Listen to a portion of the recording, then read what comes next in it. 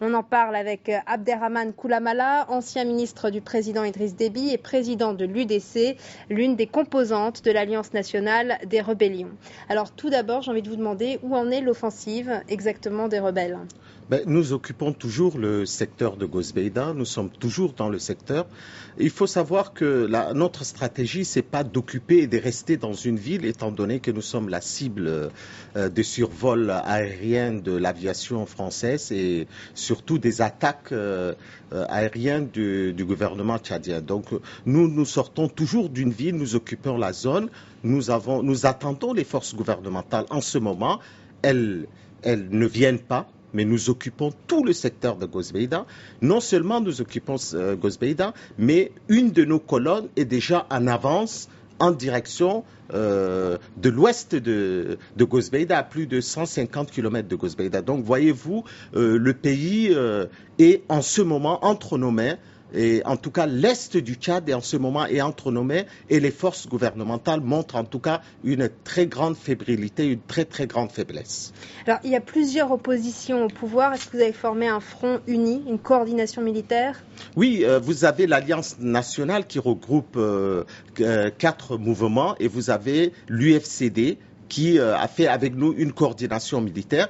D'ailleurs, l'UFCD et l'Alliance nationale, ce sont ces deux forces qui ont attaqué la ville de Gozbeida et qui occupent toujours la ville de Gozbeida. Donc effectivement, nous avons une cohésion sur le plan militaire, nous évoluons vers une très grande cohésion sur le plan politique. Quel est votre objectif, justement ? L'objectif pour nous, c'est de mettre en place une société véritablement démocratique au Tchad. Vous n'êtes pas sans ignorer que le pouvoir de Idriss Déby est un pouvoir complètement despotique, un pouvoir décadent, un pouvoir à bout de souffle qui refuse tout compromis politique avec ses opposants, même pas ses opposants armés, les opposants intérieurs. Vous savez qu'à l'heure où nous parlons, un opposant politique démocratiquement élu à l'Assemblée nationale est porté disparu. D'autres opposants, dont l'actuel ministre de la Défense a dû fuir N'Djamena pour fuir la répression d'Idriss Déby. Donc, voyez-vous, ce pouvoir est un pouvoir complètement despotique et il faut mettre fin à ce pouvoir par tous les moyens. Nous n'avons pas eu d'autre alternative que de prendre les armes et de le combattre. Vous êtes soutenu par qui ?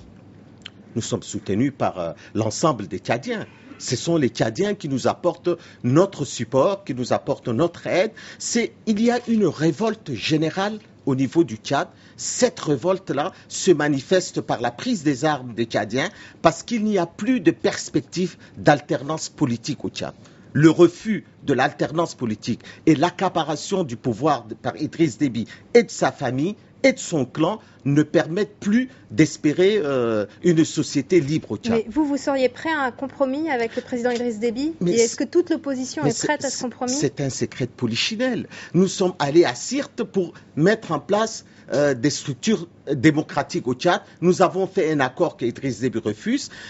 Je viens, il n'y a pas longtemps, de faire une déclaration appelant la France et les autres pays européens à une médiation pour que les Tchadiens puissent trouver une solution. Voyez-vous, madame, la solution de paix est profitable aux Tchadiens. La solution de paix, le refus de la guerre est profitable. Vous confirmez quand même qu'il y a des soldats de l'EUFOR qui ont essuyé des tirs, aujourd'hui des coups de feu. Écoutez. Et si le conflit prend de l'ampleur, ça s'est passé hier, est-ce que vous confirmez ?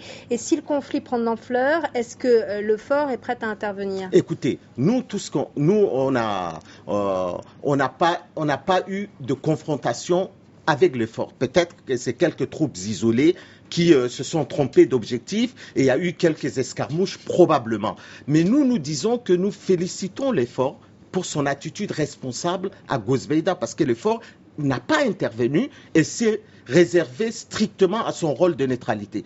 Tant que l'EUFOR est neutre, nous ne toucherons pas à l'EUFOR.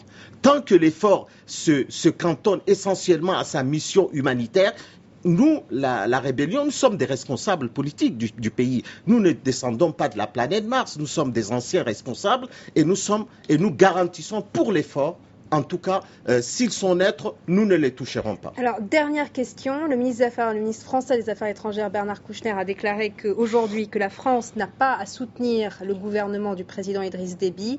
Comment jugez-vous cette position? Mais vous savez que j'ai fait une déclaration il y a quelques jours au niveau de la presse pour demander une médiation de la France. Aujourd'hui, la position de la France évolue considérablement. La France commence à comprendre que les Tchadiens doivent se retrouver pour trouver une solution de paix. Et le refus de soutenir un dictateur n'est qu'à l'honneur du gouvernement de la France, n'est qu'à l'honneur du président Sarkozy qui a toujours montré que la France ne pouvait plus être ce gendarme démodé d'une Afrique prisonnière des dépostes. Merci beaucoup Abderrahmane Koulamala d'être venu sur ce plateau sur France 24. Je rappelle que vous êtes le président de l'UDC, l'une des composantes de l'Alliance nationale des rébellions.